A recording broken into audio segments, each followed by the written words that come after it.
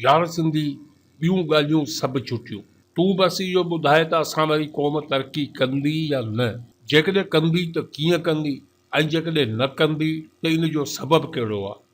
अदा फ़र्दनि जो मजमूओ ई क़ौम जी शक्ल अख़्तियार कंदो आहे। जहिड़ा फ़र्द हूंदा तहिड़ी क़ौम हूंदी। उन्हनि फ़र्दनि में तूं ऐं मां बि शामिल आहियूं। असांजी सोच, अमल ऐं नियतनि खे ॾिसी क़ौम जे मयार जो अंदाज़ो लॻाए सघिजे थो। असांजो सभ खां वॾो अलमियो इहो रहियो आहे त असीं हक़ीक़तनि खे तस्लीम करण खां इनकारी रहिया आहियूं। हर ग़लती खे शुरूआत में नज़रअंदाज़ करे महरूमी जी शक्ल अख़्तियार कराइण में असां जाई हथ शामिल आहिनि। तालीमी निज़ाम खे ज़ीरो लेवल ते आणण लाइ असां ख़ुदि सरगर्म रहिया आहियूं। अॼु बि असांजा शागिर्द पढ़ाई में एतिरी महिनत कोन था कनि जेतिरी महिनत कापी कराइण में कंदा आहिनि, ऐं कापी कराइण वारा दोस्त पंहिंजे पाण ते एतिरो त फ़ख्रु महसूसु कंदा आहिनि जहिड़ो सूबाई असेंबली जी सीट खटे आया हुजनि। असीं डाड़ूं त हणूं था, पर ही नथा सोचूं त इन्ही कापी कल्चर जे करे न सिर्फ़ असांजो मुस्तक़बिल तबाह थिए पियो, पर क़ौम जो मयार बि हेठि किरे पियो। अदा क़ौम ऐं धरती सां वफ़ा रुगो नारनि ज़रिए नाहे थींदी, पंहिंजी सोच पंहिंजा अमल बि ॾेखारणा पवनि था। हर महरूमी जो जवाज़ असां ॿियनि ते मढ़े तनक़ीद में एतिरी त महारत हासिल करे वरिती आहे जो हाणे हक़ जी राह ते तनक़ीद बि जाइज़ सम्झी वेंदी आहे। हर बुराई में शामिल हुजण बावजूद कसूरवार ॿियनि खे सम्झूं था।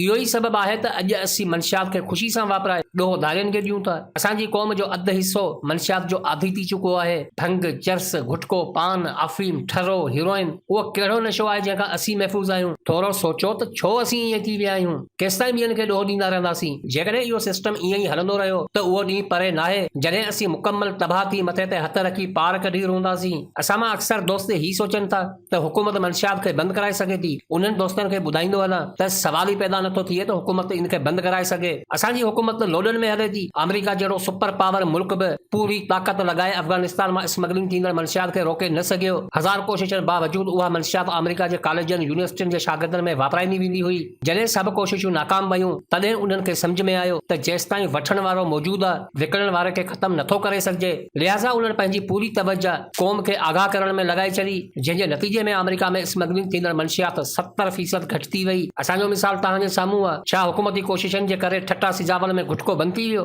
हिते खां बि घणी मनशियात डिस्ट्रिक्ट नवाबशाह जे तलके सकरन में सरे आम हले थी। उन ते बंदिश हुजण बावजूद बि को फ़र्क़ु आयो?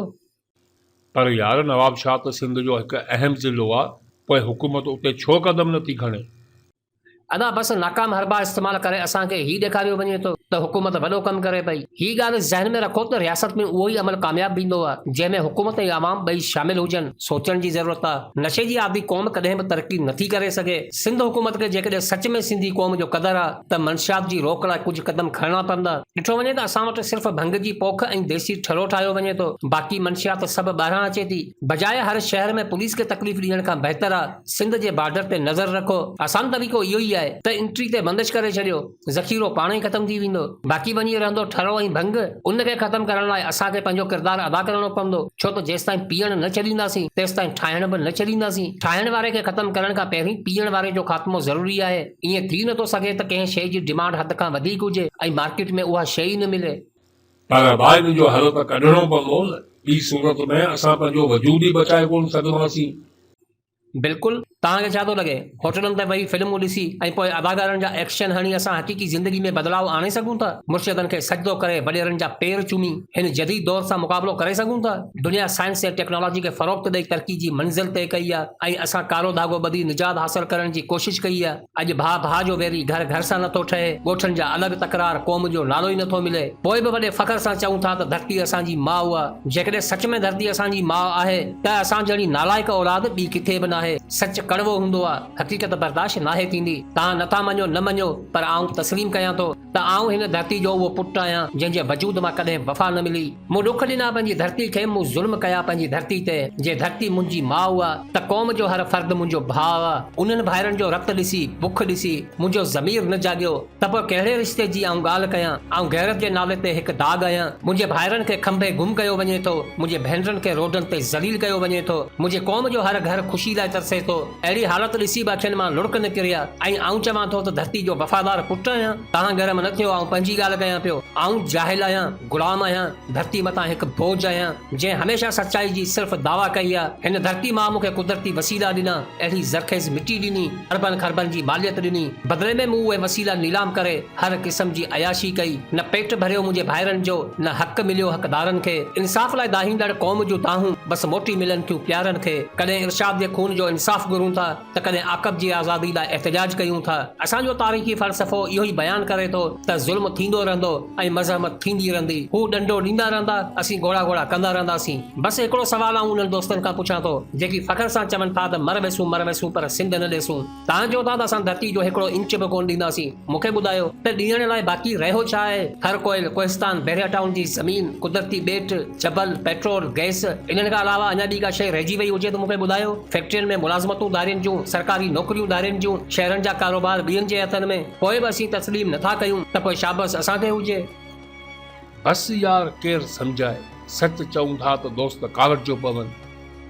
दोस्त कावड़ जी था पवनि त उन करे सच ॻाल्हाइण छॾे ॾियूं, मातम खे ख़ुशी सम्झी डांस कयूं। इन हक़ीक़त खे तस्लीम करणो पवंदो त असीं पाण पंहिंजा बैरी आहियूं, न त कंहिंजी बि एतिरी मजाल नाहे जो असांजे माॻ ते असांजे मथां डंडो खणे। पूरी तारीख़ उथलाए ॾिसो, हर दौर जे हमरे ते असांजी गद्दारी जा नक्श नज़र ईंदा। दौलत जी हवस, इक़्तिदार जी बुख असांखे मासूल बणाए छॾियो आहे। न जज़्बनि में वफ़ा रही, न सोच में का अदा रही। हर अमल जो बुनियाद बसि ज़ाती मफ़ाद ते हूंदो आहे। कुझु बदिलाइण चाहियो था, ज़िंदगी खे नओं रंग ॾियणु चाहियो था त हुक्मराननि जो आसिरो न कयो, छो त तब्दीली जी शुरूआत हमेशा गुरबत मां थींदी आहे। असांजी बेवकूफ़ी जो आलम ही आहे त असीं हुक्मराननि मां तब्दीली जी उमीद लॻायूं था, जॾहिं त सभु हुक्मरान दौलतमंद ऐं करोड़पति आहिनि। असीं एतिरो बि कोन था सोचूं त जंहिं समाज उन्हनि खे दौलत बख़्शी, जंहिं निज़ाम उन्हनि खे अमीर बणायो, छा उहे उन निज़ाम जी तब्दीली जो सोचे सघनि था? न, कॾहिं बि न।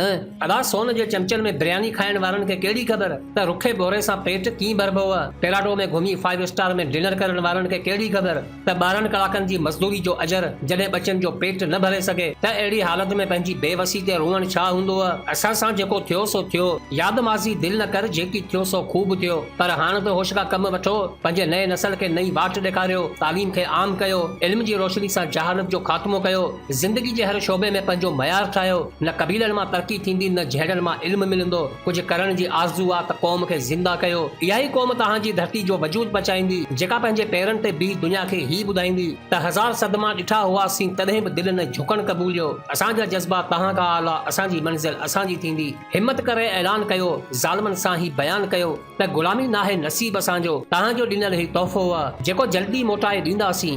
इहो तव्हां सां वाइदो आहे।